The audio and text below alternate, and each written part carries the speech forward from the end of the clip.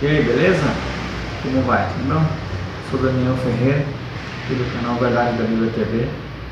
Venho aqui para mais um estudo da Bíblia para você, ok?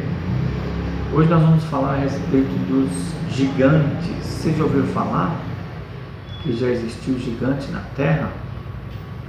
A Bíblia relata que houve gigantes na Terra antes do dilúvio acontecer. Você acredita?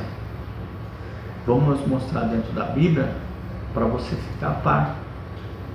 A Bíblia relata que seres angelicais desceram à terra e tiveram um cruzamento com as mulheres humanas, né, as filhas dos homens, e tiveram relações com as mulheres. E dessa relação nasceram gigantes sobre a terra. E sendo assim, esses gigantes foram os homens mais fortes da época, porque eram os homens gigantes de 3 metros, 4, 5 metros, eram homens de tamanho absurdo sobre a terra. E Deus viu que a maldade desses homens estava aumentando a cada dia e a terra estava sendo consumida por causa disso.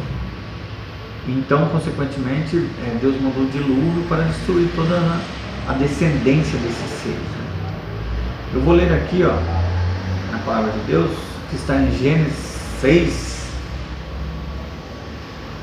Vou ler a partir do versículo 1.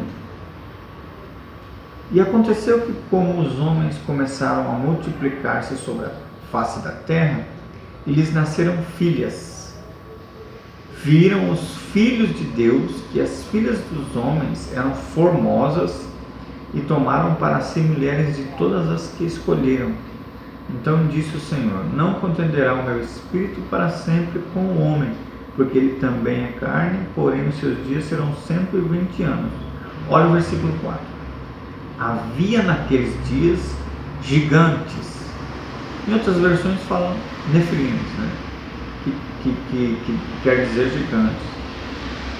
Existiam gigantes naqueles dias na terra, e também depois, quando os filhos de Deus entraram as filhas dos homens, e delas geraram filhos. Estes eram os valentes que houve na antiguidade, os varões de fama. Bom, nessa passagem de Gênesis 6, retrata que os filhos de Deus tomaram mulheres de todas que eles escolheram, formosas, e entraram a elas e fizeram filhos com elas. Em algumas igrejas, alguns ministérios, eles têm essa passagem como se fossem os filhos de Sete sendo os filhos de Deus e as filhas dos homens sendo os filhos de Caim, descendência de Caim. Mas no original hebraico, esses filhos de Deus, eles estão citados como Elohims, que são deusas, né? Filhos de Deus. Esses mesmos filhos de Deus mencionado no livro de Gênesis é mencionado também no livro de Jó, quando os filhos de Deus se apresentam no céu para a reunião com Deus. E Deus até pergunta para o diabo: de onde vens? Ele fala de rodear a terra e passear por ela, né? Então, os filhos de Deus ali, relatado tanto em Gênesis quanto no livro de Jó, estão relatados como Elohims, os filhos de Deus. Então, quer dizer, os filhos de Deus são deuses. Então, eles são retratados como deuses, por serem filhos de Deus. Então, no Gênesis, está relatando que os próprios anjos que desceram do céu, que tiveram relações sexuais com as mulheres terrenas.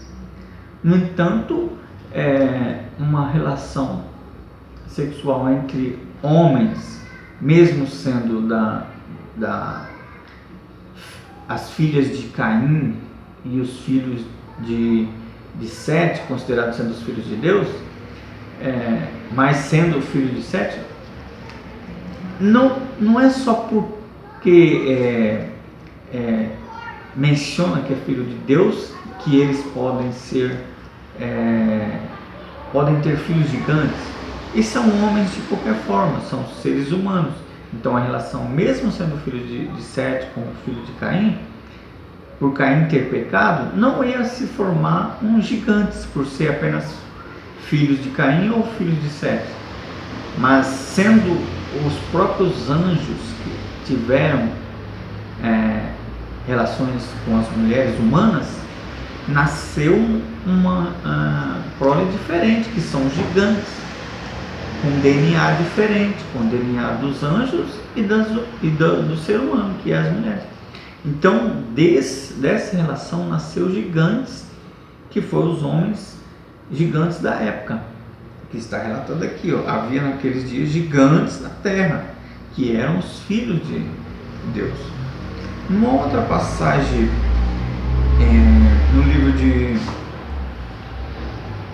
2 Pedro, eu vou ler para vocês aqui, 2 e verso 4, diz assim, porque se Deus não perdoa os anjos que pecaram, mas havendo-os lançado no inferno, entregou as cadeias da escuridão, ficando reservado para o dia do juízo.